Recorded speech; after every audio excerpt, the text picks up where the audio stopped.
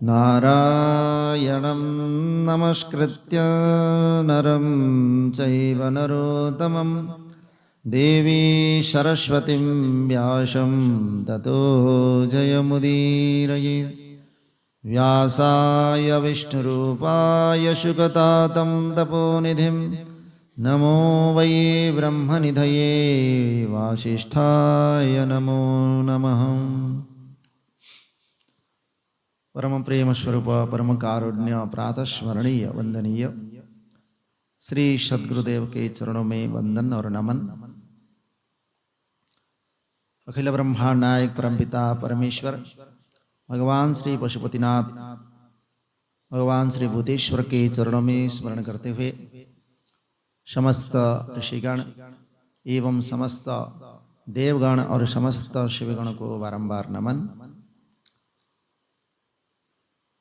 हमारे यहाँ उपस्थित समस्त सत्संग प्रेमी भगवत प्रेमी सज्जन भक्तिमयी मातृशक्ति,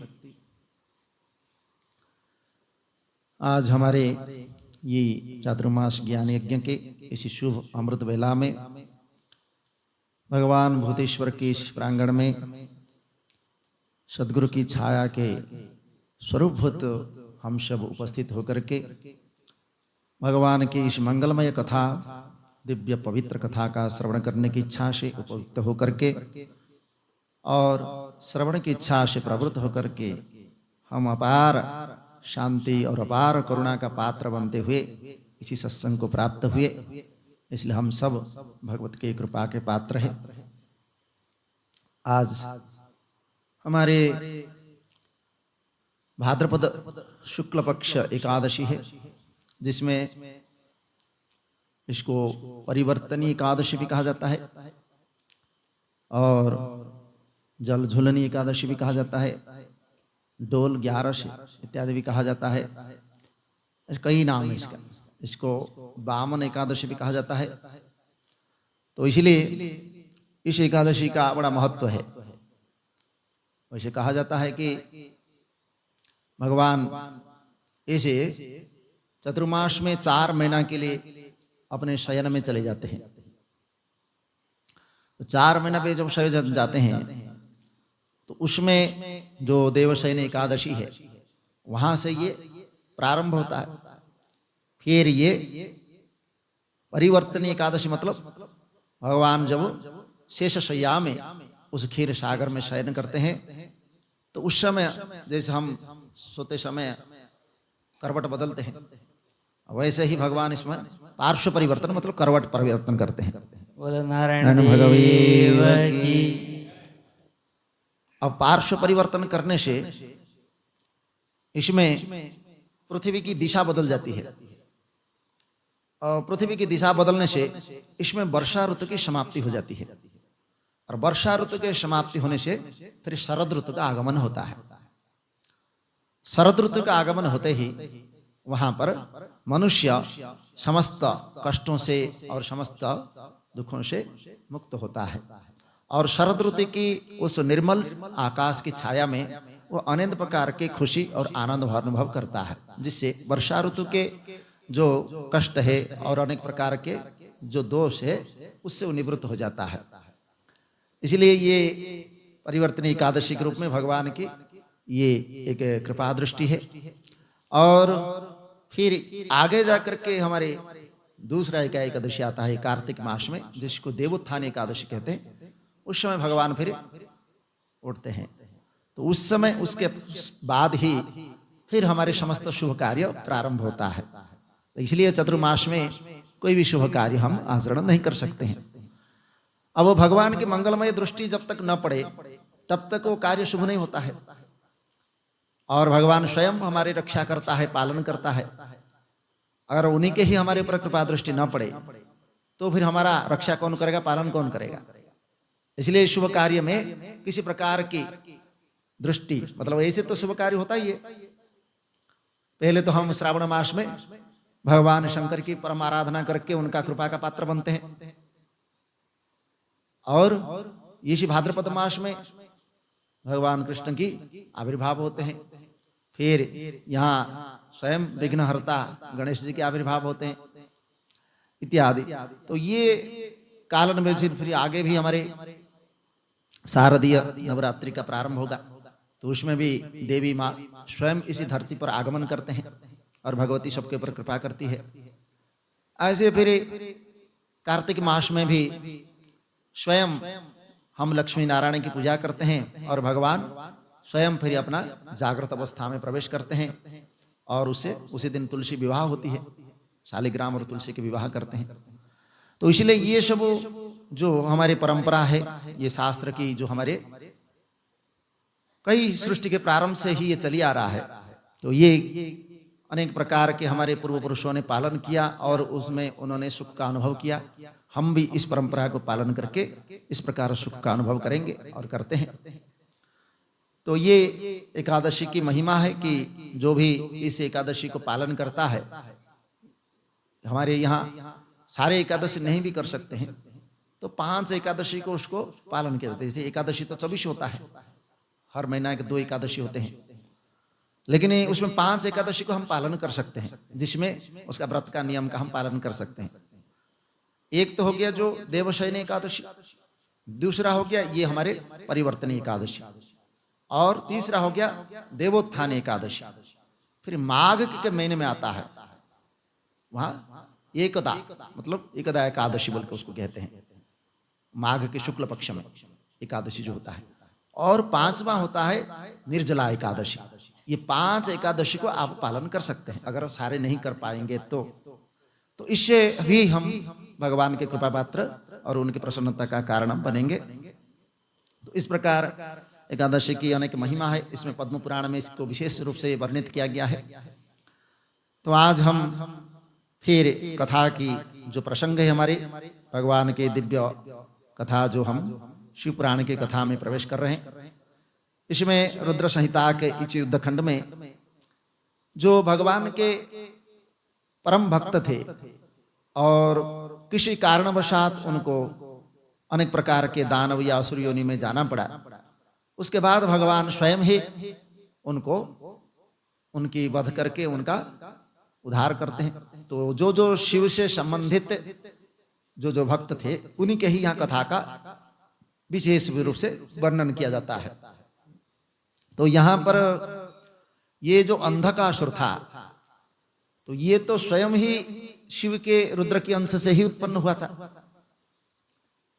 इन्होंने मतलब जब उन्होंने आंख बंद कर दी भगवान ने, और देवी पार्वती उनके आंख को हाथ में बंद कर देते हैं, तो उसी से वह पसीना निकल आता है आग की उसमें तपने से, और पसीना से वह अंधकासुर उत्पन्न होता है। और दोनों ही शिव और पार्वती उसको पुत्र भी मानते हैं और पुत्र मान के उसका पालन भी करते हैं।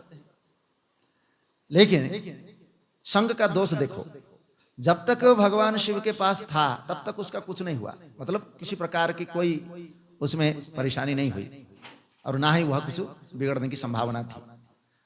परंतु जैसे ही वो असुर पुत्र बन गया, हिरण्याक्ष के पुत्र बन गया, वैसे ही उसका संग दोष आ गया और वो असुर बुद्धि तुरंत ही उसमें प्रवेश कर गया।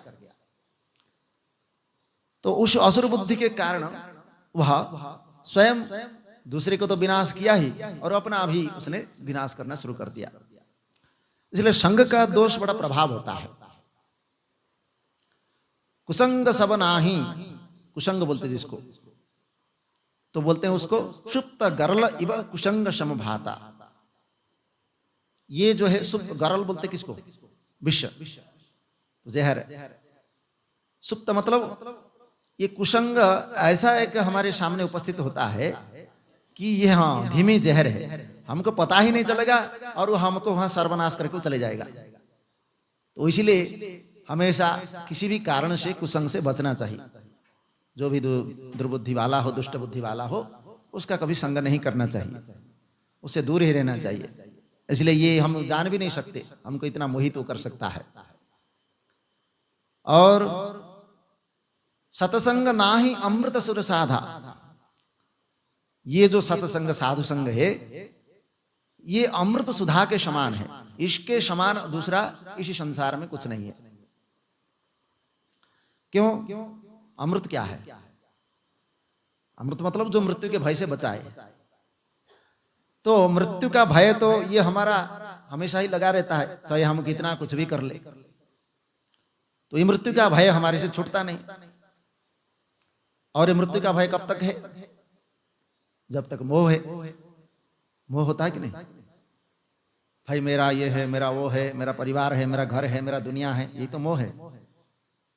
तो इसको लेकर के ही हम जीते हैं और इसको छोड़ भी नहीं सकते। तो मोह कहां से हुआ?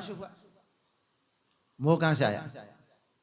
आसक्ति, विषयों का बार बार चिंतन और उसको प्राप्त करने की इच्छा, इसको कहते हैं आसक्ति।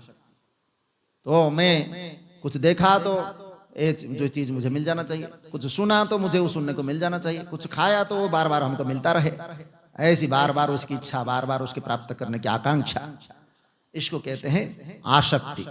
और ये आसक्ति जब तक है तब तक मोह कभी कट नहीं सकता, और जब तक मोह है तब ये मृत्यु का भय कभी नहीं जा सकता। फिर ये आसक्ति हुआ कैसे हमको? हम तो अमृत पुत्र है, मतलब भगवान के जो है पुत्र है, हमारा तो आसक्ति होना ही नहीं चाहिए। तो आसक्ति हुआ कैसे? तो भगवान कहते अज्ञानेनामृतम ज्ञानम तेन मुह्यन्ति जन्तवः। आपका जो ज्ञान को प्रकाश था वो अंधकार ने ढक लिया, और वो अज्ञान अंधकार आपको बार बार मोह में डाल दिया, उससे आप छूट नहीं पा रहे। जिस दिन ही आपको ये ज्ञान का प्रकाश प्राप्त होगा उसी दिन आपका ये अंधकार अपने आप दूर हो जाएगा। जैसे रात के अंधकार को कितना भी लाइट जला दो, कुछ भी कर लो, हटा नहीं सकते, परंतु जैसे ही सूर्योदय होता है वैसे ये अंधकार अपने आप में छूट जाता है। इसी प्रकार ये ज्ञान रूपी सूर्य जब हमारे हृदय में एक बार उदय हो जाए तो फिर ये जितने भी अज्ञान के अंधकार और उसके जितने भी कार्य है, आसक्ति, मोह, काम, क्रोध जो भी है, वो सब निवृत्त हो जाते हैं। तब आपका मृत्यु का भय चले जाता है। फिर आपको मृत्यु का भय नहीं हो सकता है। क्यों? क्योंकि ये ज्ञानादेव कैवल्यम, ये ज्ञान से ही ऋते ज्ञानात् न मुक्ति, ऐसे हमारे वेद का वचन है। बिना ज्ञान से आपका मुक्ति नहीं, कि बिना ज्ञान से आपको कैवल्य की प्राप्ति नहीं। तो इससे ज्ञान की जो धारा, ये ज्ञान का जो प्रकाश, ये कहां से प्राप्त होगा? कहां से? सत्संग। तो सत्संग से ये जो ज्ञान के प्रकाश जो प्राप्त होगा, इसी से आप अमृत बनेंगे, अर्थात अमृत धारा के समान बहते चले जाएंगे। तब आपका मृत्यु का भय नहीं रहेगा। इसलिए कहते हैं सत्संग इव अमृत सुधा नाही। तो ये जीवन के संग दोष का इसको इसलिए बताया गया क्योंकि यहाँ पुराणों के माध्यम से हमको ये जानने को मिला कि जो भगवान के पुत्र होकर के भी एक असुर के संग में संग होकर के असुर बुद्धि हो सकता है। और वहां प्रहलाद आदि भी उनके भाई थे, भक्त प्रहलाद है, लेकिन प्रहलाद को उन्होंने भाई रूप में जो तो माना तो ठीक है, लेकिन उनको अपना दास बनाने की कोशिश की। उन्होंने भगवान से ही वर मांगा था कि मैं जब राज्य पद को प्राप्त कर लूं तो सारे मेरे दास बन जाए। तो इसलिए असुर बुद्धि वही होता है, दंभो दर्पो हिमानश्च क्रोधो पारुष्यमेव च अज्ञानम चाभिजातस्य पार्थ संपदमासुरीम। ये आसुरी संपत्ति है। दंभ है, दर्प है, अभिमान है, क्रोध है, पारुष्य, मेरे समान कोई नहीं है, ये सब। आढ्यो हम भिजानोस्मि कोन्यस्ति सदृशो मया। मैं ही धन वाला हूं, मैं ही ज्ञान वाला हूं, मैं ही विद्या, मैं बड़ा विद्वान हूं, मेरे समान कौन हो सकता है, मेरे बराबरी कौन कर सकता है, मेरे मैं चुनौती देता हूं, कौन मेरे सामने आता है, देखते हैं। इसको कहते हैं आसुरिक बुद्धि। तो ऐसे असुर बुद्धि में अगर हम प्रवेश कर गए तो समझो हमारा बुद्धि बिगड़ चुका है। और आप अगर अचेत न पाए और आप अपने आप को विवेकशील नहीं बना पाए तो आपका पतन यहीं से सुनिश्चित है। आपको कोई नहीं बचा सकता। यहाँ कितने बड़े भी कोई भी हो, कितने बड़े विद्वान हो, कितने बड़े ज्ञानी हो, कुछ भी हो, भगवान कहते हैं कि इस संसार के, इस माया के, इस चक्र में जो एक बार अपने अभिमान को लेकर के दूषित हो गया, उसका ज्ञान किसी काम का नहीं है। नारायण देव की। इसलिए असुर बुद्धि से रहित होकर के अपने आप को दैवी संपत्ति का अधिकारी बनाए और दैवी संपत्ति के माध्यम से ही हमारा जीवन उद्धार हो सकता है। इसलिए भगवान कहते हैं दैवी संपत्ति ये मुक्ति का कारण है और आसुरी संपत्ति ये बंधन का कारण है। इसलिए आपको क्या करना है, किसको चुनना है, ये आपके ऊपर निर्भर करता है। अब यहाँ अंधकासुर जो है, जो भगवान ने उनको युद्ध में पराजित करके और त्रिशूल में उनको लटका दिए, तब उसने भगवान की स्तुति करने लगा। अब भगवान की स्तुति करके फिर उसका जो बुद्धि थोड़ा परिवर्तन हुआ तो भगवान ने उनको छोड़ दिए और फिर वहां से कैलाश लौट करके आ गए। तब तक ये शुक्राचार्य जी जो है असुरों को जाकर के मृत संजीवनी विद्या से जीवित करने लगे और जीवित करके फिर उनको धीरे धीरे उठ करके फिर खड़े हो गए, फिर युद्ध के लिए तैयार हो गए। अब ये बात जब नंदीश्वर जानते हैं तो नंदीश्वर जाके भगवान को बताते हैं कि देखो शुक्राचार्य जो इस प्रकार वहां कार्य को कर रहे हैं, जो अनैतिक कार्य है। ऐसा कहने पर विद्या का दुरुपयोग हो रहा है यहाँ। तो इसलिए फिर भगवान ने आदेश देते हैं कि तुम जाओ और दैत्यों के बीच में शुक्राचार्य को इस प्रकार पकड़ करके ले आओ जिस प्रकार बाज जा करके पक्षियों के झुंड से उठा लेता है किसी को भी, उसी प्रकार ले आओ। तो नंदीश्वर जो है भगवान की आज्ञा को लेकर के जाते हैं और सिंह के समान गर्जना करते हुए दैत्यों की सेना को चिरते हुए वहां पर पहुंच जाते हैं जहां शुक्राचार्य थे। और बड़े बड़े दैत्य पास खड्ग वृक्ष पाषाण पर्वत आदि अस्त्र हाथ में लेकर के उनकी रक्षा कर रहे हैं। फिर भी भगवान की इच्छा के सामने किसी का नहीं चलता। इसलिए बलवान नंदीश्वर ने दैत्यों को क्षिप्त करके शुक्राचार्य को इसी प्रकार पकड़ लिया जिस प्रकार शरभ हाथी को, शरभ मतलब सिंह, शेर जैसे हाथी को पकड़ लेता है वैसे ही उन्होंने पकड़ के उठा के लिया। तब श्रुतांबरम विच्युत भूषणम च विमुक्त केशम बलिना गृहीतम विमुच्यरिष्यन्त इवाजुन जग्मुः सुरा सिंहस्तंबा त्यजन्तः। अब उठा करके जब ले रहा है तो वस्त्र जो पहने थे वही ढीले हो गए और बाल बिखर गए और जो आभूषण पहने थे वही गिर रहे। और शुक्राचार्य को छुड़ाने के लिए सारे राक्षस जो है सिंहनाद करते हुए नंदीश्वर के पीछे दौड़ रहे हैं। लेकिन नंदीश्वर जो है मेघ के समान वज्र शूल तलवार ये सब जो चक्र पाषाण सब फेंक रहे हैं उनके ऊपर, नंदीश्वर के ऊपर। और वहां पर नंदीश्वर जो है उनका मुख से अग्नि निकालते हैं और महाभयानक अग्नि से सारे अस्त्र शस्त्र को भस्म करके फिर उस शुक्राचार्य को लेकर के भगवान के पास चले जाते हैं। फिर भगवान वहां कुछ नहीं बोलते हैं, उनको देख करके वहां देवगणों के लिए अग्नि के द्वारा दी गई आहुति के समान, जैसे हम स्वाहा करके जैसे आहुति देते हैं ऐसे ही उन्होंने शुक्राचार्य को भी ग्रहण कर लिया। मतलब उन्होंने उसको निगल लिए और निगल करके उसको जठराग्नि पेट में डाल दी। तो यहां पर प्रश्न होता है कि जठराग्नि में जैसे शुक्राचार्य चले जाते हैं भगवान के पेट में, तो वहां पर उस जठराग्नि में इस प्रकार शुक्राचार्य जलते क्यों नहीं? जल मतलब हम जैसे कुछ खाते हैं और खा करके वहां वहीं पर स्वाहा हो जाता है, जो भी खाना खाते हैं वो सुपच जाता है। तो शुक्राचार्य भगवान के पेट में चले जाते हैं, निकल जाते हैं भगवान, फिर भी उसका नष्ट नहीं होता है और दोबारा वह निकल करके आ जाता है। तो ऐसा क्यों?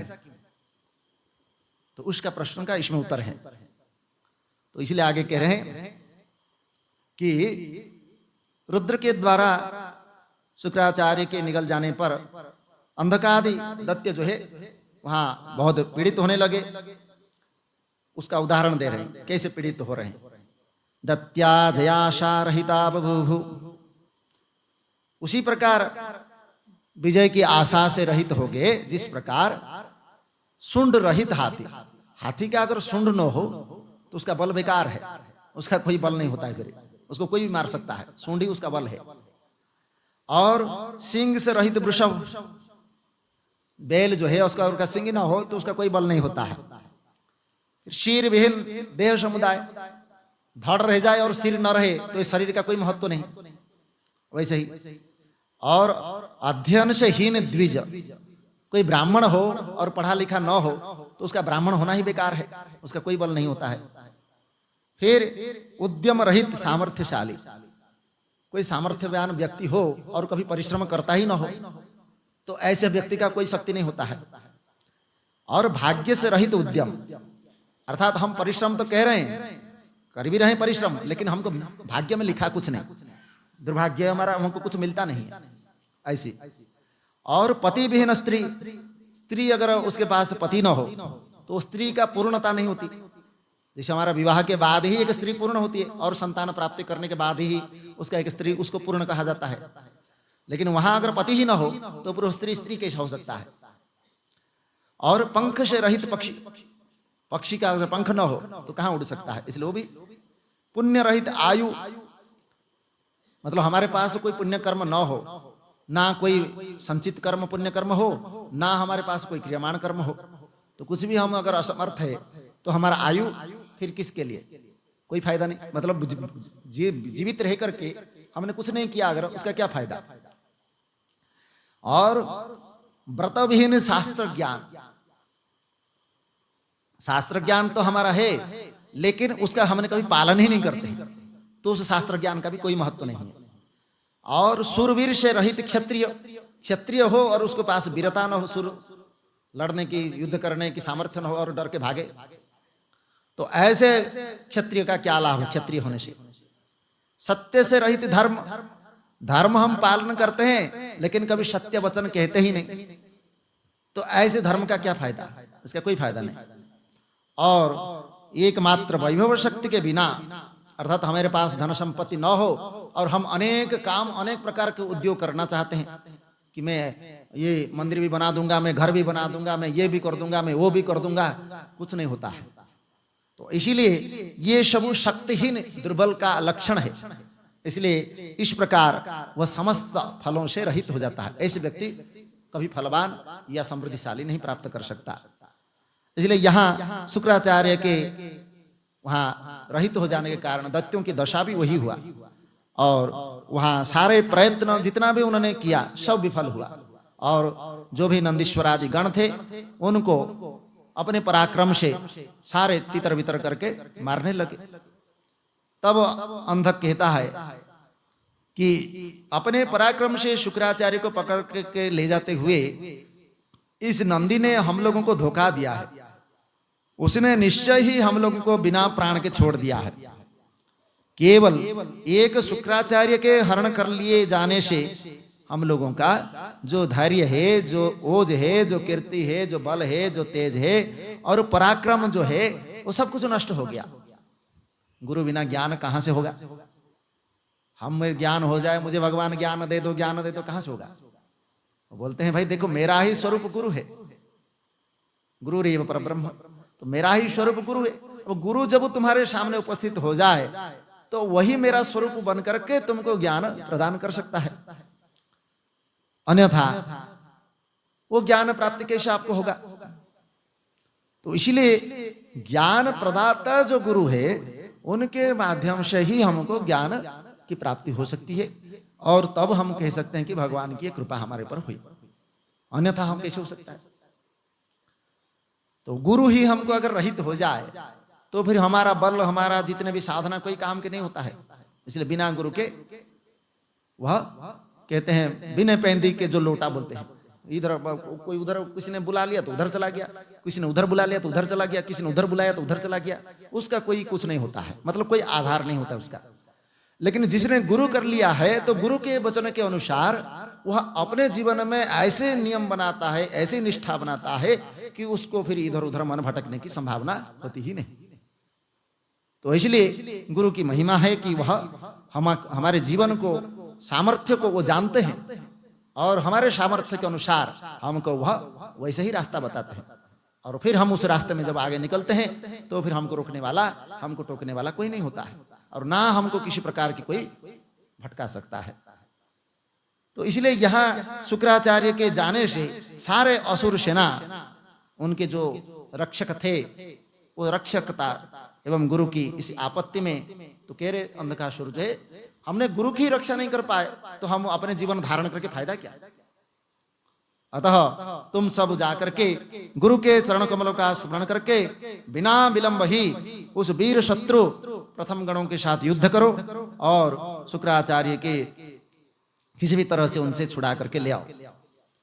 और वहां इस प्रकार कहते हैं कि मैं आज इंद्र सहित देवताओं के साथ इन प्रथम गणों को मार करके और उन्हें विवश करके शुक्राचार्य को इस प्रकार छुड़ाऊंगा जिस प्रकार योगी कर्म से अपने जीवत्व भाव को छुड़ा सकता है। तो इस प्रकार कह करके यद्यपि ऐसा भी संभव है कि हम लोगों से शेष का पालन करने वाले महायोगी प्रभु शुक्र स्वयं योग बल से शिव जी के शरीर से निकल भी आ सकते हैं, परंतु शिष्य का तो धर्म है कि गुरु की रक्षा करना, और अगर हम उनकी रक्षा नहीं कर पाए तो हमारा शिष्य होने का क्या अधिकार है। तो इसलिए कहते हैं कि जब आयु के शेष रहने पर प्रथम गण हमें बलपूर्वक जीत नहीं सकते, किंतु आयु यदि समाप्त हो गई है तो स्वामी को युद्धभूमि में छोड़ करके भागने से क्या लाभ है। अर्थात जहां मरना ही है तो वहां पर अपने वीर बन करके मरो, उससे जो है आपका यहाँ यश भी प्राप्ति होगा और परलोक में आपको कीर्ति भी प्राप्ति होगी। तो इसलिए अत्यंत अहंकारी जो लोग अपने स्वामी को छोड़ करके चले जाते हैं वे निश्चय ही अंधतामिश्र नामक नरक में गिरते हैं। मतलब विपत्ति आने पर जो जिसके सहारे हम थे, जैसे माता पिता है, अब माता पिता वो हमारे गुरु और हमारे ही देवता मानते हैं उनको, अब वही हमको पाल पोस करके बड़ा किए सब कुछ किए, अब जब उनको कुछ हमको सेवा करने का समय आया, उनको कुछ देने का समय आया तो हम उसको छोड़ के चले गए। तो इससे क्या हुआ, हमारे अपने स्वामी को हमने छोड़ दिया। तो ये व्यक्ति कहाँ जाता है, बोलते अंधतामिश्र नामक एक नरक है, उस नरक में वो जाकर के गिरता है। तो इसलिए ऐसा भागने से काम नहीं चलता है, कर्तव्य से भागना नहीं चाहिए। कर्तव्य होता है, उसको अवश्य पालन करना ही पड़ता है। इसलिए कहते हैं कि युद्धभूमि में भागने वाले जो अपयश रूपी अंधकार से अपने ख्याति को अत्यधिक मलिन करके इहलोक एवं परलोक किसी में भी वो सुखी नहीं होते हैं। इसलिए पुनर्जन्म रूपी मल का नाश करने वाले यहाँ धरा तीर्थ युद्ध, मतलब ये युद्धभूमि मतलब वो इसी पृथ्वी का वो तीर्थ है। इसलिए भगवान कहते हैं धर्म क्षेत्र कुरुक्षेत्र, धर्म क्षेत्र बोल के उसको कहते हैं। तो यहाँ उस तीर्थ युद्ध तीर्थ में यदि मनुष्य स्नान कर लेता है तो दान तप एवं तीर्थ स्नान से क्या लाभ है। मतलब वह एक बार युद्धभूमि में अपने जीवन को अगर विजय चाहे पराजय कोई भी प्राप्त करता है तो फिर उसको और दूसरे से क्या लाभ होगा, मतलब उससे कुछ करने की आवश्यकता नहीं। इस प्रकार उन वाक्यों पर विचार करके दैत्य दानव आदि फिर जो है वहां युद्ध करने की इच्छा से जाते हैं और परस्पर जो है वहां युद्ध प्रारंभ होता है, फिर घोर संहार होता है। और उस समय दृष्ट्या सैन्यम, इस प्रकार प्रथमों के द्वारा अपनी सेना को विनष्ट होता हुआ देख करके अंधक जो है रथ पर आरूढ़ होकर के शिव गणों पर फिर वहां प्रहार करता है। उसके बाद फिर उस समय असुरों और प्रथम गणों की सेनाओं में कोलाहल होता है।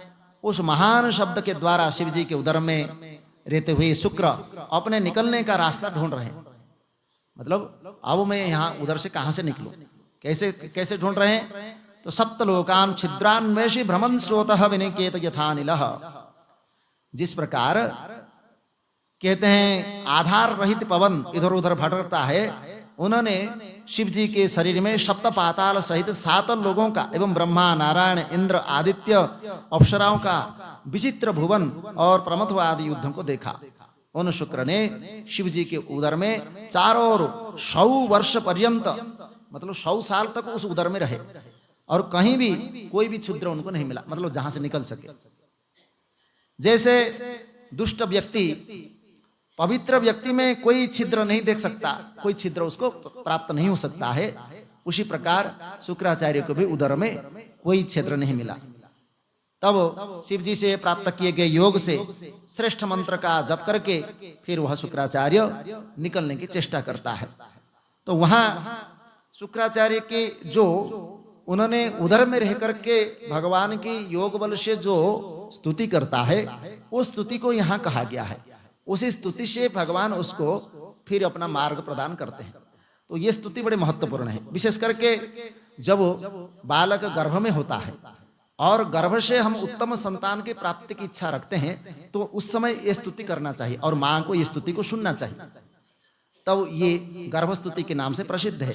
तो यहाँ स्वयं भगवान की वह ध्यान करते हुए अपने योग बल से शुक्राचार्य जो है किसी भी तरह से भगवान को रास्ता का अन्वेषण बताने के लिए यहाँ स्तुति करते हैं। इसलिए भगवान के उदर में रह करके भी वह कभी नष्ट नहीं हुए, अर्थात वहां उदर में रहने पर भी भगवान का ही उन्होंने चिंतन किया, इसलिए यहां पर उस स्तुति का पाठ किया गया। ओम नमस्ते देवेशाय सुरासुर नमस्कृताय भूत भव्य महादेवाय हरित पिंगल लोचनाय बलाय बुद्धिरूपिणे व्याघ्र वसंत छादरुण चरुणाय त्रैलोक्य प्रभवे ईश्वराय हराय हरिनेत्राय युगंत कर्ण नललाय गणेशाय लोकपालाय महाभुजाय महाहस्ताय शूलिने महादष्ट्रिने कालाय महेश्वराय अव्याय कालरूपिणे नीलग्रीवाय महोदराय गणाध्यक्षाय सर्वात्मने सर्वभावनाय सर्वगाय मृतिहंत्रे परियात्र सुव्रताय ब्रह्मचारिणे वेदांतगाय तपंतगाय पशुपतये व्यंगाय शूलपाणये वृषकेतवे हरये जटिने शिखंडिने लकुटिने महयशसे भूतेश्वराय गुहवासिने वीणापणवतालवते अमराय दर्शनीयाय बालसूर्यनिभाय श्मशानवासिने भगवते उमापतये अरिन्दमाय भगस्य क्षिपातिने पुष्वर्ष्ण दर्शननाशाय क्रूरकर्तकाय पाशहस्ताय प्रलयकालाय उल्का मुख याज्ञिकेतवे मुनये दीप्ताय विंशपतये उन्नयते जनकाय चतुर्थकाय लोकसत्तमाय वामदेवाय बागदक्षिणाय वामतो भिक्षवे भिक्षुरूपिणे जटिने स्वयं जटिलाय शक्रहस्त प्रतिस्तंभकाय वशुनां स्तंभकाय कृतवे क्रतुकराय कालाय मेधाविने मधुकराय चलाय वनस्पत्याय वाजसनेति समाश्रय पूजिताय जगधात्रे जगत्कर्ते पुरुषाय शाश्वताय ध्रुवाय धर्माध्यक्षाय त्रिवर्तने भूतभावनाय त्रिनेत्राय बहुरूपाय सूर्यायुक्त समप्रभाय देवाय सर्वतुर्यनिदादिने सर्वबाधा विमोचनाय बंधनाय सर्वधारिणे धर्मोत्तमाय पुष्पदंताय विभागाय मुखाय सर्वहराय हिरण्यस्रवशेद्वारिणे भीमाय भीमपराक्रमाय ओम नमो नमः। सद्गुरु महाराज की जय। तो ये वो स्तुति है जो पेट में रह करके शुक्राचार्य जी ने की है। महादेव के इस पेट में जब थे तब उधर उन्होंने ये का स्तुति मतलब की। पेट। तो इसलिए उसमें आप भी जब गर्भ में शिशु हो और भगवान का इस प्रकार स्तुति करेंगे तो एक उत्तम संतान की प्राप्ति हो सकता है। इमं मंत्रवरम जत्वा शुक्रम जठपंजरात निष्क्रांत लिंग मार्गेण शंभो शुक्र विकाटतात। इस प्रकार इस श्रेष्ठ मंत्र का जप करके शिवजी के जठर पंजर से उनके लिंग मार्ग से उत्कट शुक्र के भांति बाहर निकल गया। इसलिए फिर कौर्या गृहित पुत्रार्थम अब वह शिवपुत्र हो गए। अब वो भृगु नंदन नहर करके शिवपुत्र हो गए। इसलिए पार्वती जी ने उन्हें पुत्र रूप में ग्रहण किए और विश्वेश्वर उन्हें अजर अमर और ऐश्वर्य बना करके उनको अपना कृपा पात्र बनाए। इस प्रकार 3000 वर्ष बीत जाने पर वेद निधि शुक्र मुनि महेश्वर से पुनः पृथ्वी पर उत्पन्न हुए। 3000 वर्ष तक इस प्रकार उदर में रहना पड़ा और वहां फिर उन्होंने शिव के त्रिशूल पर अत्यंत शुष्क शरीर वाले महाधैर्यवान और तेजस्वी दानवराज अंधक को शिव जी के ध्यान करते हुए फिर उन्होंने देखा। तब वह शिव जी के जो 108 नाम है, इसको अष्टोत्तर शतनाम, उसको जो है वो स्मरण कर रहा था। तो यहाँ उस अष्टोत्तर शतनाम का यहाँ दिया गया है। महादेव विरूपाक्ष चंद्रार्क कृतशेखरम 108 नाम है भगवान के। तो ये 108 नाम का उन्होंने यहाँ पर विचार किया गया है। ऐसे यहाँ तो प्रत्येक नाम का एक अर्थ है भगवान का। अब उस अर्थ करेंगे तो इसमें तो बहुत समय लग जाएगा। तो इसमें कम से कम जैसे महादेव देवानम सर्वदम महत्वर्थः, कि समस्त देवताओं में जो महत रूप को धारण करते हैं, अर्थात समस्त देवता जिनके अधीन रह करके कार्य करते हैं, और समस्त देवता जो सृष्टि के कार्य या कर्ता या कारण के रूप में जो विद्यमान है, इनके मतलब भगवान के बिना वो संभव नहीं है। अर्थात ये समस्त का हर्ता करता है, इसलिए वह देवों के देव महादेव इसके नाम के कहा जाता है। मतलब समस्त देवताओं के वह हाता त्राता और महाकर्ता और धर्ता भी है। और विरूपाक्ष, विरु मतलब बड़े दृष्टकराल, बड़े रुद्र भयंकर उनके जो है, जब रुद्र की स्वरूप धारण करते हैं तो बड़ा भयंकर स्वरूप उनका होता है। तो आंख उनका जो है इतना तेज होता है, उनको देखना भी तो दूर है, उनको चाह भी नहीं सकते। तो इसीलिए ऐसे अलग अलग उनका विरूपाक्ष, चंद्रार्धकृत शेखर, अमृत, शाश्वत, स्थाणु, नीलकंठ, पिनाकी, वृषभाक्ष, महाज्ञेय, ये अलग अलग 108 नाम है। हम यहाँ श्रावण के जो महीना में उस 108 नाम से रोज हम ऐसी उसमें अर्चना करते थे, इसी 108 नाम जो है। तो इसी से भगवान प्रसन्न होते हैं। तो ये वही जो अंधकासुर जो है, भगवान का इन्हीं 108 नामों से वह बोलते हुए ध्यान कर रहा था। इस प्रकार परमात्मा शिव जी की इन 108 मूर्तियों को ध्यान करता हुआ वह दैत्य उस महाभय जो मृत्यु था, उस मृत्यु से भयमुक्त हो गया।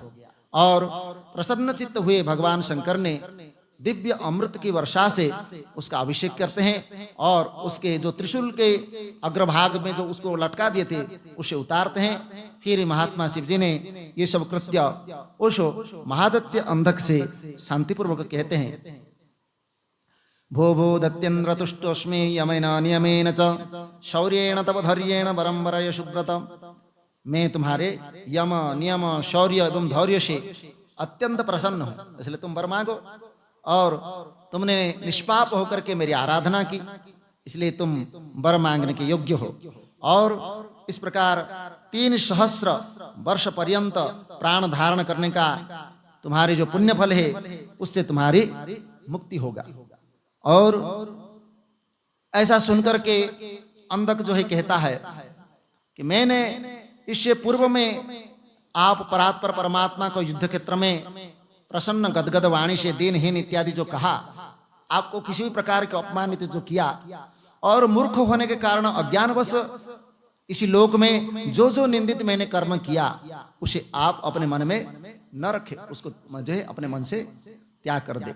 हे महादेव, मैंने काम विकार से माता पार्वती के प्रति जो अपराध किया है उसे आप मुझे क्षमा करें, क्योंकि मैं अत्यंत कृपण और दुखी हूं।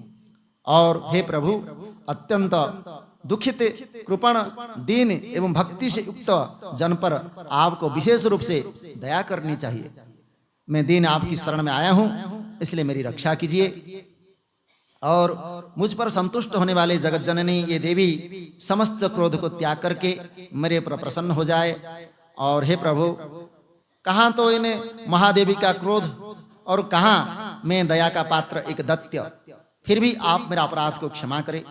कहाँ आप जैसे परम उदार और कहाँ काम क्रोधादि दोषों एवं मृत्यु वृद्ध अवस्था के वशीभूत रहने वाले साकुटे सामान्य अकिंचन। इसलिए आपका ये युद्ध कौशल तथा महाबली पुत्र वीरक मुझे दया पात्र को देख करके अब आप क्रोध न करें।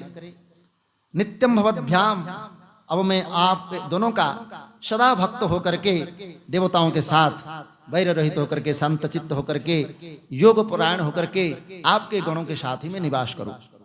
आपकी कृपा से मैं दानव कुल में उत्पन्न होने के कारण किए गए जितने भी विपरीत कर्म है, उन विपरीत कर्मों का स्मरण कर भी न, मतलब मुझे कर भी स्मरण ही न आए, और आप मुझे यही वर दीजिए।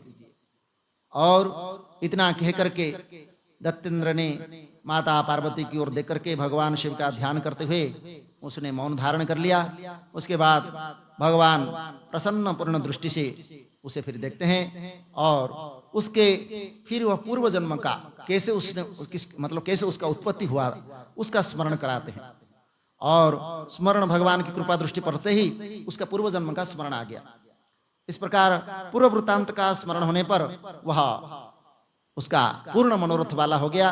और भगवान शंकर और भगवती पार्वती को अपना ही माता पिता समझ करके और उनका प्रणाम करके कृतकृत्य हो गया।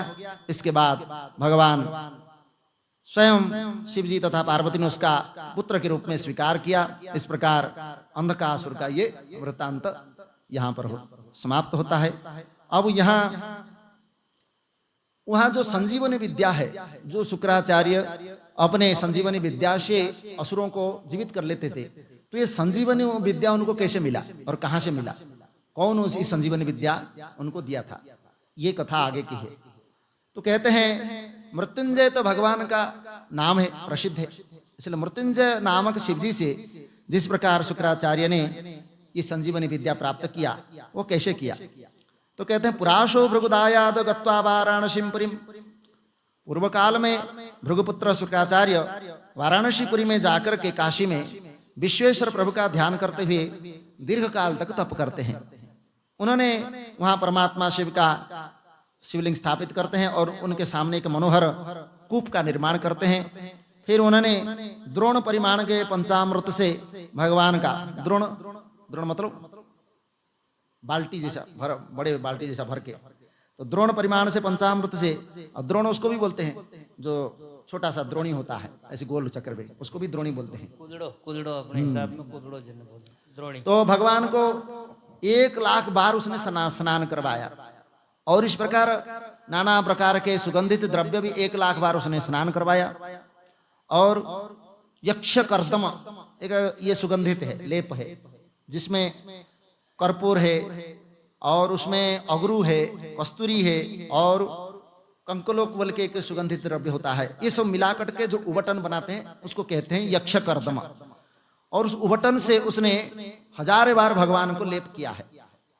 और फिर उन्होंने धतुरा, कनेर, कमल, मालती, कदम्ब, बकुल, उत्पल, मल्लिका, अनेक प्रकार के जो फूल है, कुंद, मुचुकुंद, मंदार, बेलपत्र, तुलसी, देवगंधारी, बृहत्पत्री, कृशांकुर, यहाँ तुलसी का मतलब पत्रा नहीं, उसका मंजरी, और नंदावर्त, अगस्त्य, साल, देवदारू, कचनार, जो भी ध्रुवांकुर इत्यादि अनेक प्रकार के पत्र और फूलों से भी भगवान का पूजन करते थे। जब उन्होंने इस प्रकार 5000 वर्ष पर्यंत, हम तो एक दिन भगवान शिव का अभिषेक करने से थक जाते हैं, 5000 वर्ष तक उन्होंने इस प्रकार शिव जी की आराधना की। तो इसलिए यहाँ से पता चलता है कि हमारा आराधना कहाँ है। तो इसलिए शुक्राचार्य 5000 वर्ष पर्यंत नाना प्रकार की अर्चना विधि से भगवान महेश्वर की पूजा कर रहे हैं।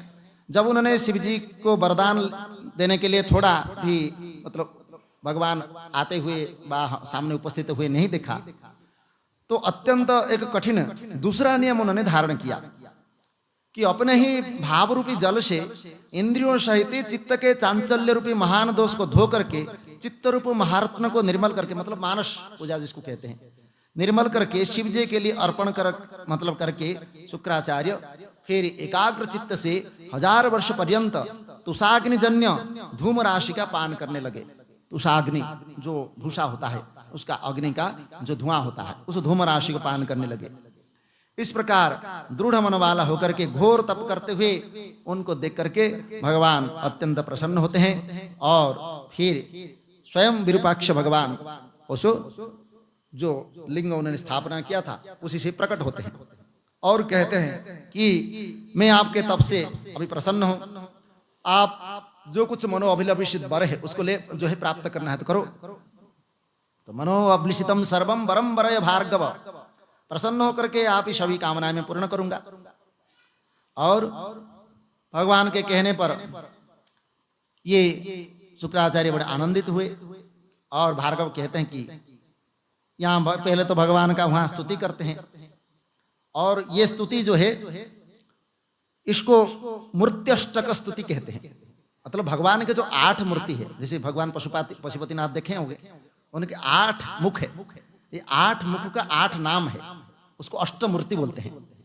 तो ये अष्टमूर्ति 8 प्रकार के जो प्रकृति है उसका लक्षण है, जैसे पृथ्वी, जल, अग्नि, वायु, आकाश, यजमान, यजमान मतलब क्षेत्रज्ञ आत्मा, और चंद्रमा और सूर्य, ये 8 है। इन 8 का द्योतक है और उनको 8 नाम से जाना जाता है। क्या है? ना प्रथम है सर्व, भव, रुद्र, उग्र, भीम, पशुपति, महादेव और ईशान। ये 8 मूर्ति है भगवान के, इसको बोलते मूर्ति अष्टक। ये जो पशुपतिनाथ में हम 8 प्रकार के जो मूर्ति देख रहे हैं, उनका मुख, ये उनका नाम है, और ये 8 के ये द्योतक है, इसलिए ये अष्टमूर्त्यष्टक, ये 8 मतलब यहाँ पर शुक्राचार्य उसकी गाते हैं और भगवान को प्रसन्न करने के लिए। तो ये है तम भाभिरामेभिर्भूय ततः समस्त मस्तम नयस्य भितानि निशाचराणाम देदीप्यशे दिवगणे गगने हिताय लोकत्रयस्य जगदीश्वर तन्नमस्ते। उनके आकाश रूप को नमस्कार किया है उन्होंने। आकाश रूप सूर्य रूप से प्रकाशित हो रहे हैं, इसलिए आपको नमस्कार है। और आगे दूसरा श्लोक में लोके वितलवीतमिदं महामहोभि निर्भाषिकौ च गमने खिललोकनेत्रः विद्राविताखिलतमासुतमो हिमांशो पीयूषपूर्णपुरितं तन्नमस्ते। यहाँ उनके जो चंद्रमा के स्वरूप है उनको नमस्कार किया गया है। तम पावने पति सदा गतिरूप्यपाय कस्त्वां विना भुवन जीवन जीवतीह स्तब्ध प्रबंधन विवर्धि संवजोतो संतोष हितकुल वर्ग वै नमस्ते। तो ये भगवान के सर्वव्यापी जो आकाश स्वरूप है उसको यहाँ पर नमस्कार किया गया है। प्रार्थना विश्वै पावक नतावक पावकैक शक्तिरुते मृगपदम दिव कार्यम प्राणीष्पदो जगदहो जगदंतरात्मम स्तपावक प्रतिपदम समदो नमस्ते। पावक मतलब अग्नि, वैश्वानर नाम के अग्नि है, उनको यहाँ पर वह नमस्कार करते हैं। पानीय रूपम परमेश जगत पवित्र चित्रम विचित्र सुचित्र करोषि नूनम विश्वम पवित्रमलम किल विश्वनाथ पानीमवगाहन ये तो दनो नमस्ती। हे जल रूप, आप निश्चय ही विचित्र उत्तम चरित्र करने वाले हैं। हे विश्वनाथ, आपका ये अमल पानीय रूप अवगाहन मात्र से विश्व को पवित्र करने वाला, क्योंकि पानी से ही तो हम पवित्र करते हैं, अपने शरीर को भी पवित्र करते हैं, तो इसलिए आपका ये जल स्वरूप को मेरा नमस्कार है। आकाश रूप वैरुंदवकाश दानादि विश्वसरमीश्वर विश्वमेतत् ततः सदा संध्य संसति स्वाभावात् संकोचमेति भवतोऽस्मिन् तस्त्वाम्। हे आकाश रूप, ये संसार बाहर एवं भीतर से अवकाश होने के कारण विकसित है। आपसे ही ये संसार स्वभावतः सदा श्वास लेता है, आपसे ही यह संकोच को प्राप्त होता है, आपसे ही वह प्रसारित होता है, इसलिए आपको प्रणाम है। विश्वंभरात्मक पृथ्वी का विश्वंभरात्मक विवर्ति विश्वभित्र विश्वम कोपि विश्वनाथ भवन्ति नस्तोरिहि सत्तम विश्वनाम तमो बहिचाइभूष स्तव्या परपरतरम प्रणोषोस्त्वाम। ये जगत के जो भरण पोषण करते हैं, आपके अतिरिक्त दूसरा कौन हो सकता है? आप ही पृथ्वी के रूप में सब कुछ प्रदान करते हैं, और मेरे अज्ञान रूपी अंधकार को आप दूर करें। आप स्तवनीय पुरुषों में सबसे श्रेष्ठ है, आपके परात्पर को मैं नमस्कार करता हूँ। आत्मा स्वरूपम तव रूप पराम्भिराभिस्तम हर चराचर रूपमेतद सर्वांतरात्मा निलय प्रतिरूप नित्यम नतोष्मि परात्म अष्टमूर्ते। आपकी इन्हें रूप परंपराओं से ये सारा जगत विस्तार को प्राप्त हुआ है। सबकी अंतरात्मा में निवास करने वाले हे अष्टमूर्ति, हे अष्ट स्वरूप, मैं आपका दिन जिन अभिंजन हूं, मैं आपको नित्य नमस्कार करता हूं। इस प्रकार इत्यष्टमूर्ति भीमादि बंधु बंधो इक्त करोषु खलु विश्व जननी मूर्ते एतत्तेतम शुभिततम प्रणत प्रणीत सर्वार्थ सार्थ परमार्थ ततो नतोष्मि। हे प्रणत, हे शरणागतों के रक्षक, हे सर्व सामर्थ्य परमार्थ, आप इन अष्टमूर्तियों से हमेशा युक्त रहते हैं और विस्तृत जगत आपसे व्याप्त है, इसलिए मैं आपको बार बार प्रणाम करता हूं। ये अष्टमूर्ति का अष्टक है। तो इस प्रकार शुक्राचार्य भार्गव ने अष्टमूर्ति के स्तुति के 8 श्लोक से शिव जी की स्तुति करके भूमि पर सिर झुका करके उनको बार बार आप प्रणाम करते हैं। तब महादेव इस प्रकार स्तुति से प्रसन्न होकर के शुक्राचार्य को कहते हैं, विप्रवर्य कवेतात मम भक्तोषि पावन अनेकतात् गुप्तम तमसा सुजानो शिदम। उनका एक नाम कवि भी है शुक्राचार्य, इसलिए कवि नाम मुस्रसरा कवि। कवियों में शुक्राचार्य कहते हैं भगवान अपना जो अंश के रूप में। तो इसलिए यहां बोलते हे कवि, आप मेरे परम भक्त है। आपके द्वारा की गई उग्र तपस्या, लिंग प्रतिष्ठाजन्य पुण्य, लिंग आराधना और अपने पवित्र निश्चल चित्त के समर्पण और अभिमुक्त जैसे महाक्षेत्र में, काशी को अभिमुक्त क्षेत्र कहा गया, तो अभिमुक्त जैसे महाक्षेत्र में किए गए इस पवित्र आचरण से मैं आपको दयापूर्वक देखता हूं और आपके लिए कुछ भी अदेय नहीं है। आप इसी शरीर से मेरी उदर रूपी गुफा में प्रविष्ट होकर के पुनः इसी लिंगेंद्रिय मार्ग से निकल करके पुत्र भाव को प्राप्त होंगे। अब मैं अपने पार्षदों के लिए भी जो दुर्लभ वर है आपको प्रदान करता हूं, जिसे मैंने ब्रह्मा तथा भगवान विष्णु से भी गुप्त रखा है। उस मृत संजीवनी नाम विद्याया मम निर्मला तपोबलेन महता मयेव परिनिर्मिता।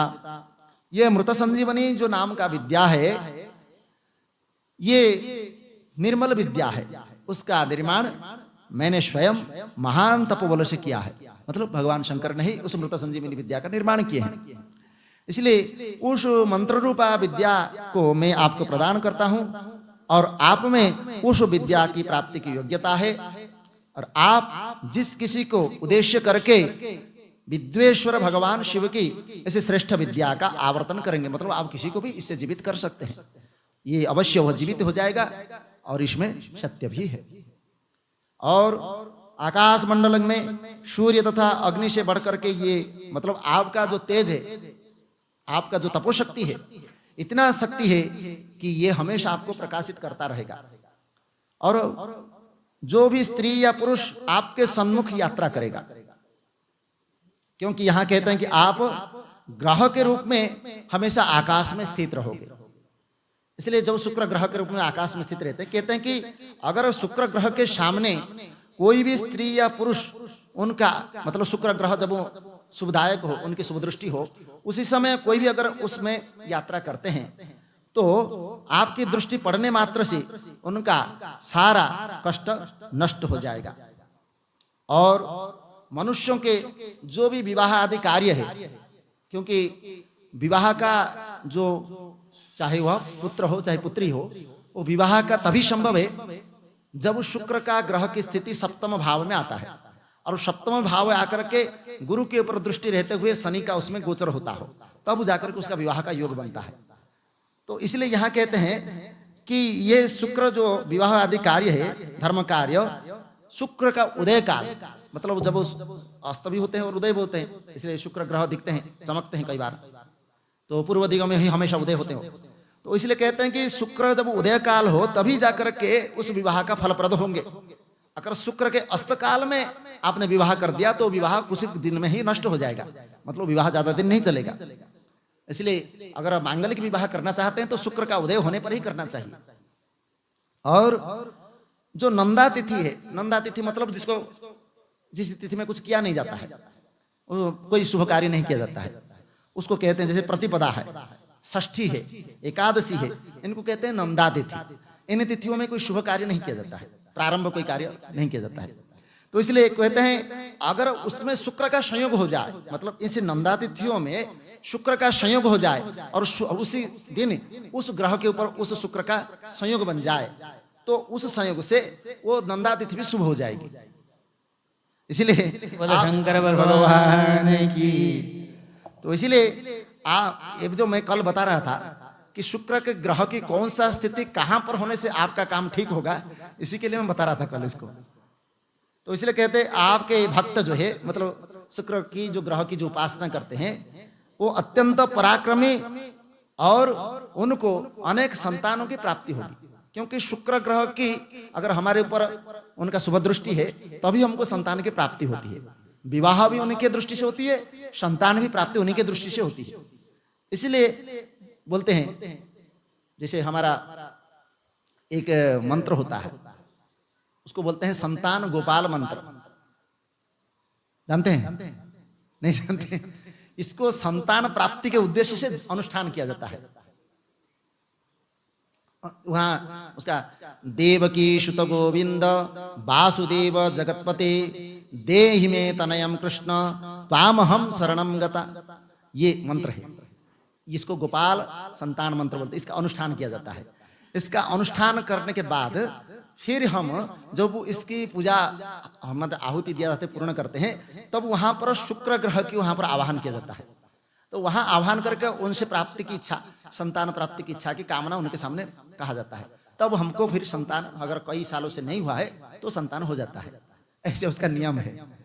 तो इसलिए इसे कहते हैं कि कोई अगर संतान की प्राप्ति सुख चाहता है या कोई अपने साहस पराक्रम को प्राप्त करना चाहता है, वीरता विजय प्राप्त करना चाहता है, तो वह आपकी स्वदृष्टि से ही हो सकता है।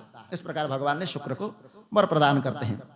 और त्वयेदम स्थापितम लिंगम, आपने जो ये काशीपुरी में ये जो शिवलिंग स्थापना करके उपासना किया है, ये लिंग जो है आज से इसका शुक्रेश्वर नाम होगा। बोलो शुक्रेश्वर भगवान की जय। काशी में है शुक्रेश्वर। तो शुक्रेश्वर कहते हैं कि जो मनुष्य इसकी अर्चना करेंगे, इनकी पूजा करेंगे, उसका कार्य सिद्धि अवश्य होगी। और आवर्षम प्रतिघर्षम च, वर्ष सारा वर्ष साल प्रतिदिन नक्त व्रत परायण होकर के जो लोग प्रति शुक्रवार को इसी शुक्रकूप में स्नान एवं तर्पण करके इन शुक्रेश्वर भगवान की पूजा करेंगे, उसका भी फल सुनिए। तो कहते हैं कि अवध्यम शुक्रास्ते मर्त्याः पुत्रवंतो तिरेशः, मतलब उसका जो शुक्र मतलब वीर्य जो है वो कभी निष्फल नहीं जाएगा, मतलब वो पुत्र उत्पन्न होगा ही होगा। इसलिए वो पुत्रवान एवं अति बलवान होंगे और वे सभी लोग पुरुषत्व सौभाग्य से संपन्न विद्यायुक्त सुखी होंगे, इसमें कोई संशय नहीं। इसलिए शुक्रेश्वर की वहां बहुत पूजा होती है। जो संतान प्राप्त करने की इच्छा होते हैं वही जाते हैं वहां ज्यादा। तो इस प्रकार वर दे करके भगवान शिव जी उसी जो शुक्रेश्वर लिंग में समाहित हो गए और शुक्राचार्य भी प्रसन्न होकर के फिर अपने स्थान को चले जाते हैं। इस प्रकार शुक्राचार्य जी ने जो मृत्युंजय नाम की ये जो विद्या है उन्होंने जो प्राप्त किया था, उसका यहाँ पर किस प्रकार प्राप्त किया था और उन्होंने किस प्रकार उस मृत संजीवनी विद्या से दूसरे को जिला सकते थे, ये उसका विषय इसमें वर्णित किया गया। इसलिए दो आपके जो उत्तर था कि मृत संजीवनी विद्या उन्होंने कैसे प्राप्त किया और भगवान के उदर में जाने पर भी यहीं पर उन्होंने वर भी दिए थे कि तुम जिस दिन मेरे उदर में जाओगे उसी दिन तुम्हारा मैं पुत्र रूप में प्राप्त होगे। तो इसलिए यहाँ उन्होंने वरदान भी दिए थे और उस वरदान का उन्होंने सफल भी किया। इसलिए उस उदर में जाने पर भी उसका नष्ट नहीं हुए। और भगवान की इच्छा से अब कोई अगर हम सामान्य रूप से कहीं जल में डूब जाते हैं या कहीं किसी तालाब में या कुएं में डूब गए तो वहां पर भगवान की याद आना ही मुश्किल है। तो वहां तो मतलब माँ बाप भी वहां तो बस किसी तरह कोई बचाओ बचाओ यही आएगा मुंह में, भगवान का नाम नहीं आता है। लेकिन वहां उधर में चले जाने पर जहां पर श्वास लेने की भी रास्ता नहीं है, वहां पर भगवान को याद करना मतलब भगवत कृपा के बिना ये संभव नहीं है। तो इसलिए भगवान ने पहले ही वरदान किए थे, इसलिए उसी समय वो स्मरण हो सकता है। इसलिए हम भी जीवन में जब कुछ ना कुछ भगवान के हमने आराधना किया हो, उपासना किया हो उनकी, तभी हमारा इस प्रकार मृत्यु के समय भी या और कोई समय हमको फिर भगवान की याद सकता है, मतलब वो याद हो सकता है। नहीं तो आप कितना भी कोशिश करो, कोई आपके कान में आकर के भी मृत्यु समय में बोल देगा राम कृष्ण भगवान शंकर, बोलो कुछ नहीं बोल सकते आप तो अभ्यास है ही नहीं, बस मैं करते उसी समय चले गए, मैं और मेरा। तो इसलिए इससे हमारा भला नहीं होता है, इसलिए भगवान का नाम अवश्य लेना है। अब यहां से कथा का जो है आगे की जो विषय है, ये बाणासुर की कथा है। ये बाणासुर भी भगवान के परम भक्त था, शिव भक्त। तो ये प्रहलाद के वंश में ही, भक्त प्रहलाद जो थे उनके वंश में ये जन्म लिया है। प्रहलाद के पुत्र हुए विरोचन, विरोचन के पुत्र हुए राजा बलि, बलि के पुत्र हुए ये बाणासुर। तो ये बाणासुर भी इसका उत्पत्ति कैसे होते हैं, और कहते हैं कि पूर्व काल में ब्रह्मा जी के मानस पुत्र मरीचि नाम का प्रजापति हुए और उससे महाबुद्धिमान जो मुनि थे वहां उनसे महात्मा कश्यप हुए, और फिर जो दक्ष कन्याएं उनसे विवाह की पतिव्रता जो स्त्री थी उनमें जो ज्येष्ठ कन्या नाम था दिति, सभी दत्य उसी के पुत्र के, दोनों के पुत्र हुए दानव, दत्य के पुत्र दिति के पुत्र हुए दत्य। तो इसलिए अन्य स्त्रियों में चाराचर सहित सभी देवता आदि संतान में उत्पन्न हुए। तो ज्येष्ठ पत्नी दिति से महाबलवान दो पुत्र उत्पन्न हुए, हिरण्यकश्यप और हिरण्याक्ष। और उस हिरण्यकश्यप के पुत्र हुए 5 पुत्र हुए, ह्राद, अनुह्लाद, संह्लाद, प्रह्लाद। इस प्रकार 4 दैत्य श्रेष्ठ पुत्र हुए। उन सब में प्रह्लाद जो है अत्यंत जितेंद्रिय और भगवान के परम भक्त थे और जिसका नाश करने में कोई भी दैत्य समर्थ नहीं हुआ। उस प्रह्लाद का पुत्र विरोचन हुआ, फिर विरोचन का पुत्र महादानी एवं शिवप्रिय बलि हुआ। फिर वामन अवतार में भगवान ने उनको सुतल लोक में भेज देते हैं। और उस बलि का पुत्र हुआ बाण, जो शिवभक्त और महादानी और अपने बल से सबको जीतने वाला। इसलिए त्रैलोक्यम बल जित्वा तन्नाथम सुरेश्वर, वह दैत्यराज बाणासुर अपने बल से तीनों लोगों को और उसके स्वामियों को जीत करके शोणितपुर नाम के एक नगर में वो स्वराज्य करता था। वहां पर बाणासुर के राज्य में देवताओं को छोड़ करके और कोई भी दुखी नहीं था। मतलब उन्होंने देवताओं को भी लेकर के अपना नौकर बना दिया था। और वह बाणासुर देवताओं का जो है शत्रु था और असुर कुल में उत्पन्न हुआ था। एक समय उस महादैत्य ने अपनी 1000 भुजाओं को बजा करके तांडव नृत्य द्वारा भगवान महेश्वर को प्रसन्न कर लिया था। और भक्तवत्सल भगवान शंकर उस नृत्य से संतुष्ट होते हैं और उन्होंने कृपा दृष्टि दिखा करके और सर्वलोकेश जो है कहते हैं कि जो बलिपुत्र बाणासुर को कि तुम क्या वर चाहते हो बताओ। तो बाणासुर कहता है कि अगर मेरे पूरे प्रसन्न हो तो मेरे नगर की अधिपति बनकर के अपने पुत्रों एवं गणों के साथ मेरे ही यहाँ निवास करो। तो मतलब बाणासुर के नगरी में ही वो निवास करने के लिए भगवान से कहा। तो शिव जी के माया से मोहित होकर के वह बलिपुत्र बाणासुर ने मुक्ति देने वाले दुराराध्य शिव से केवल इतना ही वर मांगा कि जो है आप आकर के मेरे पूरा, मतलब वो चाहता तो मुक्ति भी प्राप्त कर सकता था, लेकिन उसको प्राप्त क्योंकि अज्ञान है, असुर बुद्धि है, तो इसलिए कह रहा कि जो है आप मेरे पुर में निवास करो। किसी समय बाणासुर के शोणितपुर नामक नगर में नदी के तट पर शिव जी ने देवगण एवं दैत्यों के साथ क्रीड़ा की। ये शोणितपुर अभी वहां ब्रह्मपुत्र जो नदी है उसी के निकट है शोणितपुर उसको। तो उस समय ये क्रीड़ा विराह में मतलब सदाशिव जी है नंदी से कहते हैं तुम शीघ्र ही कैलाश में जाकर के, मतलब वहां उस उद्यान पर भगवान शंकर रहते थे और वहां विहार करते थे। तो वहां कहे कि तुम जाकर के वहां पार्वती जी को श्रृंगार करके आने के लिए कैलाश में जाकर के उनसे ले आओ। तो वहां पर नंदीश्वर जाते हैं और देवी पार्वती से जो है भगवान की आज्ञा को सुनाते हैं। और फिर उनके वचन को सुनकर के भगवती पार्वती जो है बड़ी प्रसन्नता से श्रृंगार करने लगती है और नंदी से कहती है कि तुम भगवान के पास जाकर के बोल दो मैं आ रही हूं। नंदी को अकेले आते हुए देख करके भगवान कहते हैं अरे भाई तुम जाकर के शीघ्र ही बुला करके ले आओ। फिर नंदी जाते हैं और वहां देख मतलब स्वयं देवी जो है वहां आने में थोड़ा सा विलंब होता है।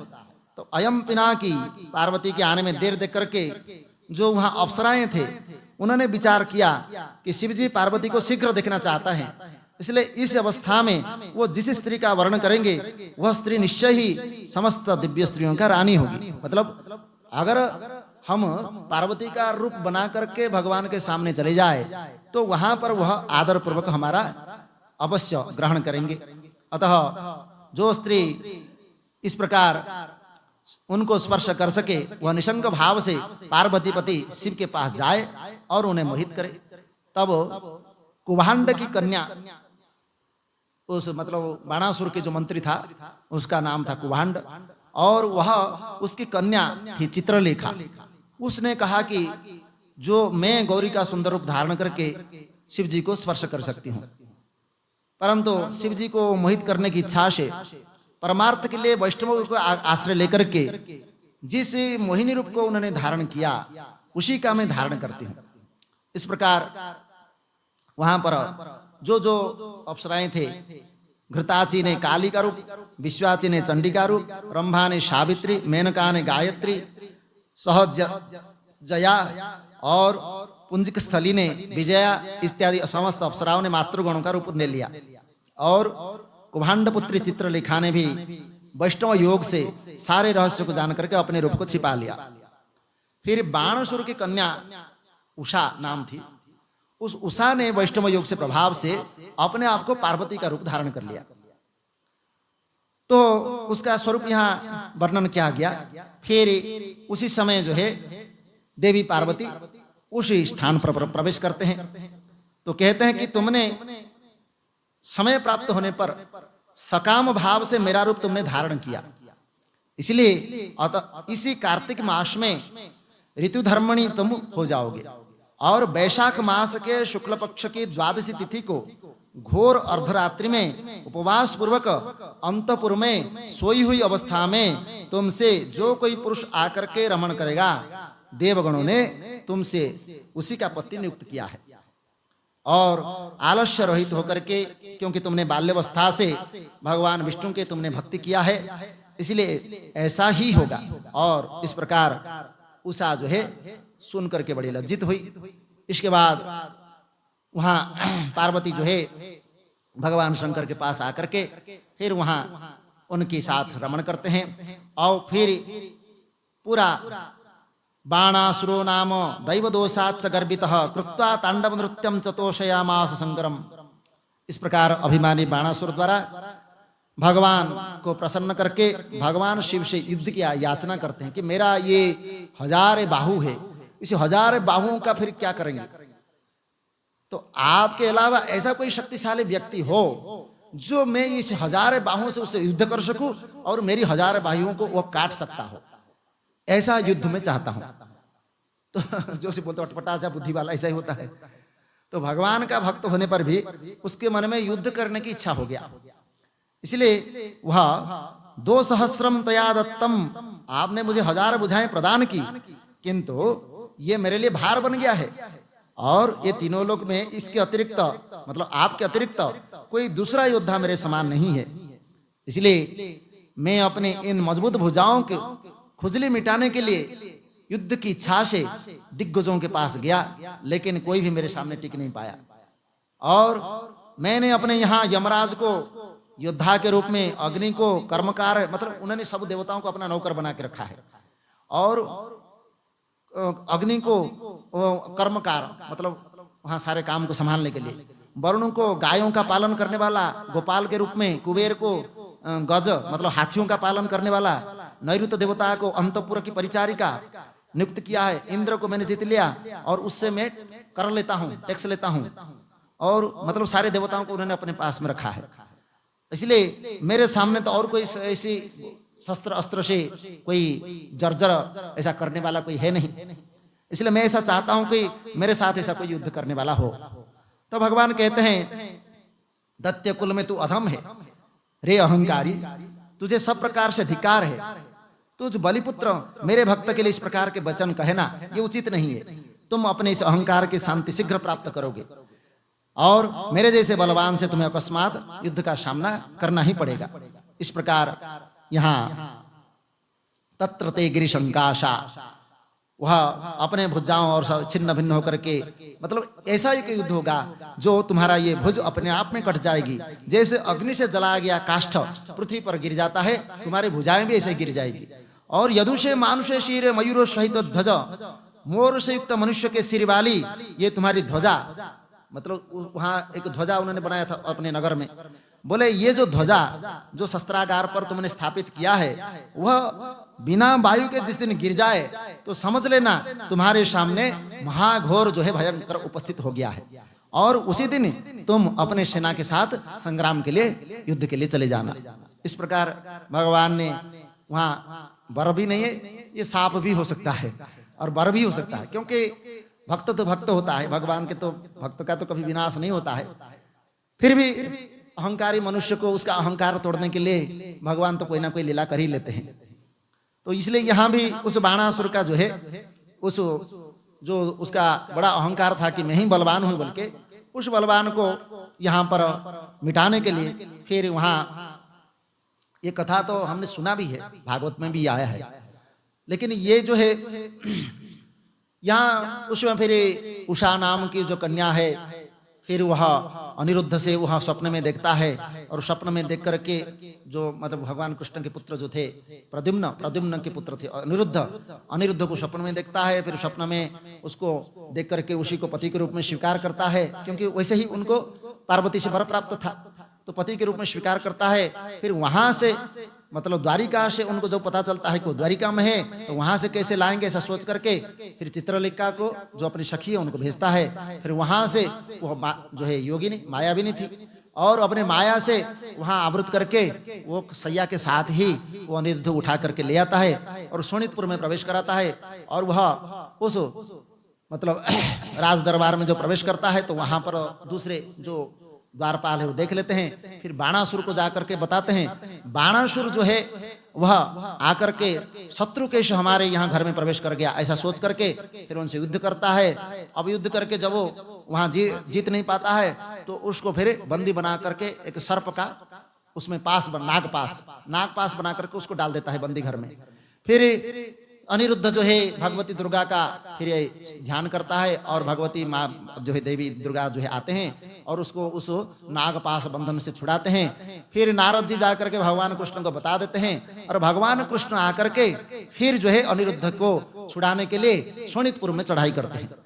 अब शोणितपुर में युद्ध के लिए भगवान जब आते हैं तो वहां पर कई प्रकार की घटना घटित होती है, उसका श्रवण फिर कल करेंगे। देव की जय। बोलो सद्गुरु भगवान की जय। ओम सर्वे भवन्तु सुखिनः, सर्वे सन्तु निरामय, सर्वे भद्राणि पश्यन्तु मा कश्चित् दुःखभाग् भवेत्। असतो मा सद्गमय, तमसो मा ज्योतिर्गमय, मृत्योर्मा मृतं गमय। ओम पूर्णमदः पूर्णमिदं पूर्णात् पूर्णमुदच्यते पूर्णस्य पूर्णमादाय पूर्णमेवावशिष्यते। ओम शांति शांति शांति। हमने अपने स्वस्थ जीवन के लिए और सुंदर निरोग जीवन के लिए भगवान मृत्युंजय का ध्यान करके महामृत्युंजय का 3 बार उच्चारण करें। ओम त्र्यंबकं यजामहे सुगंधिं पुष्टिवर्धनम् उर्वारुकमिव बन्धनान् मृत्योर्मुक्षीयमामृतात्। ओम त्र्यंबकं यजामहे सुगंधिं पुष्टिवर्धनम् उर्वारुकमिव बन्धनान् मृत्योर्मुक्षीयमामृतात्।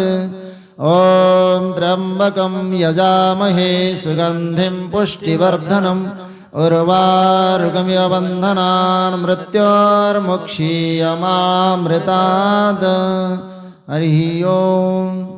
हमारे जीवन की विपत्तियों के विनाश के लिए और हम जीवन में शांति अनुभव करने के लिए भगवती का ध्यान करके उनके मंत्र के उच्चारण करें।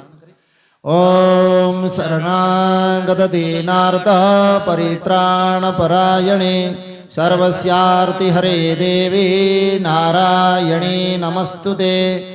ओम शरणागत दीनार्त परित्राणपरायणे सर्वस्यार्ति हरे देवी नारायणी नमस्तुते। ओम शरणागत दीनार्त परित्राणपरायणे सर्वस्यार्ति हरे देवी नारायणी नमस्तुते। ओम शांति शांति शांति। नारायण। सद्गुरु